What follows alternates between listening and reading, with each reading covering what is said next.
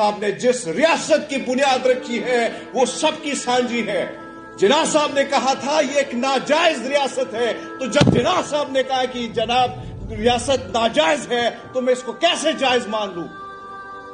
وقت مختصر ہے مسلمانوں، ایک چیز یاد رکھنا، یہ آگ، یہ شعلے وہاں پہ بھڑک اٹھے ہیں، 76 سال سے وہ لاشیں اٹھا رہے ہیں وہ فلسطینی بھائی، وہ عادی ہو چکے ہیں، لیکن جب چنگاری اس دہلیز پر پہنچے گی اور پھر آپ لوگوں کا بھی تماشا اسی طرح دیکھا جائے گا جس طریقے سے 57 مسلم ممالک نے گھنگرو باندھ کر یہ تماشا دیکھ رہے ہیں۔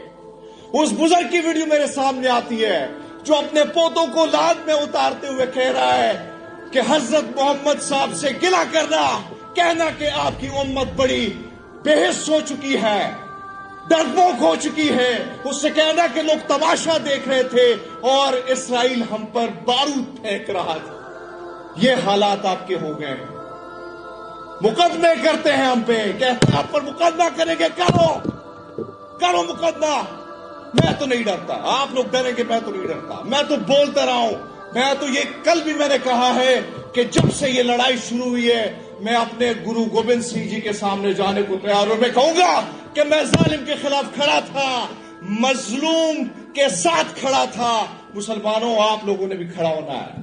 مجھے کسی نے کہا کہ آپ وی لوگ کرتے ہیں تو آپ امریکہ نہیں جا سکیں گے، آپ کو ڈالر تک رسائی نہیں ہوگی، یورپ نہیں جا سکیں گے۔ میں نے کہا باہر بھیجے ایسے ڈالر، باہر بھیجے امریکہ کا ویزا، نہیں جاؤں گا، میں ادھر ہی رہوں گا، یہ میری ریاست ہے، میرا ملک ہے۔ لیکن ظالم کے خلاف کھڑا ہونا یہ میرا سکھی مجھے سکھاتی ہے، یہ مجھے گرو گوبند سنگھ جی نے سکھایا ہے۔ میں نے اسلام کو پڑھا، آج مجھے اگر کوئی مسلمان نظر آتا ہے جو صبر، استقامت، یہ ساری چیزیں اگر مجھے نظر آتی ہے تو وہ مجھے غزہ کے مسلمانوں میں نظر آتی ہے۔ مسلمانوں جاگنا ہوگا آپ سب کو۔ یہ جنگ باطل کی، ظالم کی اور مظلوم کی جنگ ہے، اور یہ جنگ مسلمانوں کی جنگ نہیں ہے، یہ انسانیت کی جنگ ہے، انسانیت کا درد دل رکھنے والے لوگوں کی جنگ ہے۔ اس وقت آپ اندازہ لگا لیں کہ تمام تر دنیا میں سب سے زیادہ پہل تو پاکستان کو کرنی چاہیے تھی، پاکستان کو سفیر بننا چاہیے تھا، لیکن یہ کام افریقہ نے کیا۔ پاکستان میں سب سے زیادہ احتجاج ہونے چاہیے تھے پر انفارچونیٹلی نہیں ہوا۔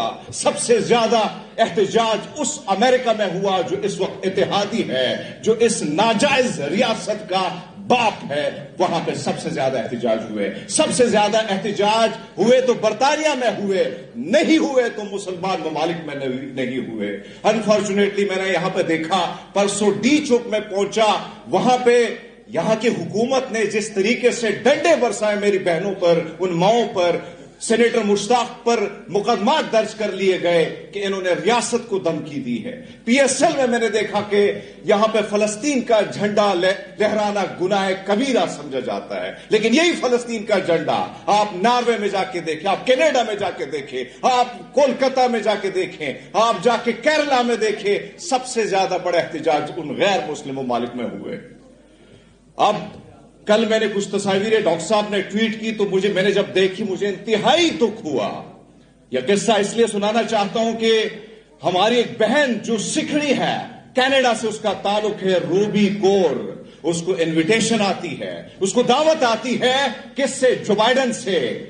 اگر یہ کسی پاکستانی کو آتی ہے دعوت تو رال ٹپکتی، ادھر سے بھاگ جاتا وہاں پہ ماتھا ٹیکنے کے لیے، لیکن اس شیرنی نے کیا کیا؟ اس نے کہا بھاڑ میں جائے تمہاری یہ دعوت، نہیں آؤں گی میں۔ آپ نے ظلم بربریت کا بازار وہاں پہ گرم کیا ہے، آپ قاتل ہیں، نہیں آؤں گی میں تمہارے سیمینار میں۔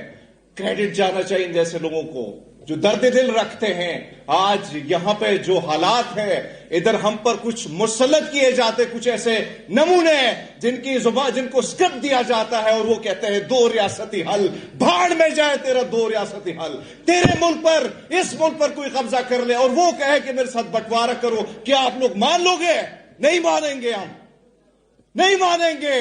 میں تو اس شخص کو مانتا ہوں، اس کے نظریات پر کاربند ہوں جس کے قول فعل پر میرے پردادوں نے، میرے ابا و اجداد نے یقین کیا۔ میرے پاس آپشن تھا ہندوستان جانے کا پر نہیں گئے کیونکہ ہمیں یقین تھا جناب